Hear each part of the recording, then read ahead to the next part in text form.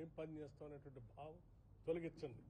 Yadadri power ప్రాజెక్టులో పనిచేయటం, అక్కడ పోవటం వల్ల అన్ని వసతులు మా అందరికీ ఉంటాయనేటువంటి భావం కల్పించే విధంగా మేము అన్ని కార్యక్రమాలు ఏర్పాటు చేస్తాం. మీకు best of the best school మీ పిల్లలకి, ఇక్కడ ఇంటర్నేషనల్ స్టాండర్డ్స్లో best of the best school మీ పిల్లలతో పాటు ఈ పరిసర ప్రాంతాల్లో ఈ ప్రాజెక్టును పెట్టుకోవడానికి సహకరించినటువంటి ఈ ప్రాంత ప్రజలకు కూడా best of the best education ఈ ప్రాజెక్ట్ రావటం వల్ల మాకు వచ్చిందనేటువంటి భావం వాళ్ళకు కూడా కలిగేటట్టుగా ఈ కార్యక్రమాన్ని ఇక్కడ ఏర్పాటు చేసి ఒక ఇంటర్నేషనల్ స్టాండర్డ్లో ఇంటర్నేషనల్ యంగ్ ఇండియా ఇంటర్నేషనల్ స్కూల్ని ఈ ప్రాంతంలో ఇక్కడ పెట్టబోతా ఉన్నాం.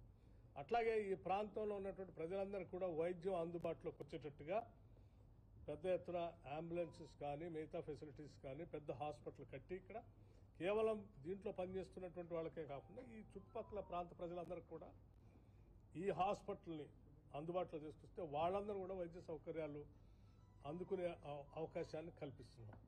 అట్లాగే ఇక్కడ పనిచేసేటువంటి సిబ్బంది మొత్తానికి కూడా మంచి క్వార్టర్స్ ఇక్కడే స్థానికంగా ఉండటానికి కావాల్సిన విధంగా ఆ క్వార్టర్స్ సంబంధించి ఈరోజు భూమి పూజ చేసి ఫౌండేషన్స్తో వేసాం. సో ఇక్కడ పనిచేసే సిబ్బందికి ఈ పరిసరాల ప్రాంతాల్లో ఉన్నటువంటి ప్రజలకి ఈ ప్రాజెక్టు ఇక్కడ పెట్టడం వల్ల ఇబ్బంది లేకుండా వాళ్ళకి మేలు జరిగిందనే విధంగా కావాల్సినటువంటి ఇన్ఫ్రాస్ట్రక్చర్ మొత్తాన్ని ఒక ప్లాన్డ్గా స్థానిక మంత్రులు అందరూ అడిగిన దానిపైన వాళ్ళు చెప్పిన ప్రజల ఆలోచనలన్నీ వాళ్ళు చెప్పిన దాన్ని పరిగణలో తీసుకొని వాటన్నిటిని కూడా ఒక యాక్షన్ ప్లాన్ తయారు చేసి చేసుకుంటూ ముందుకు పోతా ఉన్నాం.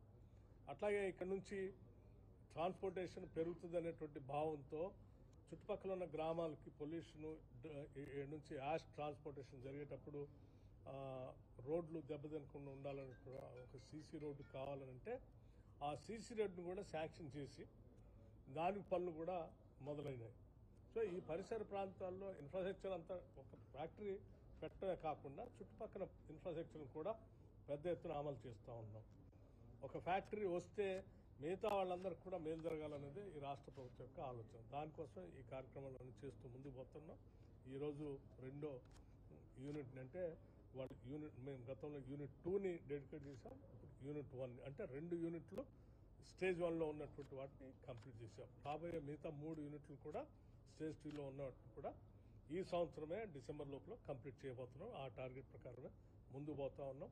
దీంట్లో మేము ఫిక్స్ చేసుకున్న క్యాలెండర్ ప్రకారం సక్సెస్ అవుతూ ముందుకు పోతున్నాం కాబట్టి భారం లేకుండా ముందు తీసుకొని పోతున్నాం. I wish all the best to the employees who are all working here. Thank you very much. ఈ పరిహారాన్ని భూమి కోల్పోయినటువంటి వాళ్ళ పరిహారం సంబంధించి కూడా గత ప్రభుత్వం వాళ్ళు పూర్తిగా గాలికి వదిలేసింది. వాళ్ళు కొద్దిమందికి ఉద్యోగాలు ఇస్తా అన్నారు, ఇవ్వలేదు. అలా కాకుండా ఇక్కడ ఉన్నటువంటి శాసనసభ్యుడు కానీ శాసన పరిషత్ సభ్యులు కానీ స్థానికంగా ఉన్నటువంటి మంత్రులు కానీ వీళ్ళందరూ కలిసి ప్రజలందరూ ఎవరు నష్టపోకుండా ఉండే విధంగా వాళ్ళందరూ ఒక మీటింగ్ పెట్టి ఎవరెవరైతే నష్టపోయారో వాళ్ళందరూ ఆలోచన పరిగణలో తీసుకొని జిల్లా యంత్రాంగానికి చెప్పి వాళ్ళందరికీ ఉద్యోగాలు వచ్చేటట్టుగా R&R ప్యాకేజ్ కూడా సక్రమంగా అందేటట్టుగా ఒక రిపోర్ట్ పంపిస్తా ఉన్నారు. ఆ రిపోర్ట్ని తూచా తప్పకుండా రాష్ట్ర ప్రభుత్వం అమలు చేస్తుంది. కేవలం యాదాద్రి పవర్ ప్రాజెక్టు ఒకటి దగ్గర కాకుండా దీన్ని ఆనుకొని ఉన్నటువంటి పులిచింతల ప్రాజెక్టు సంబంధించి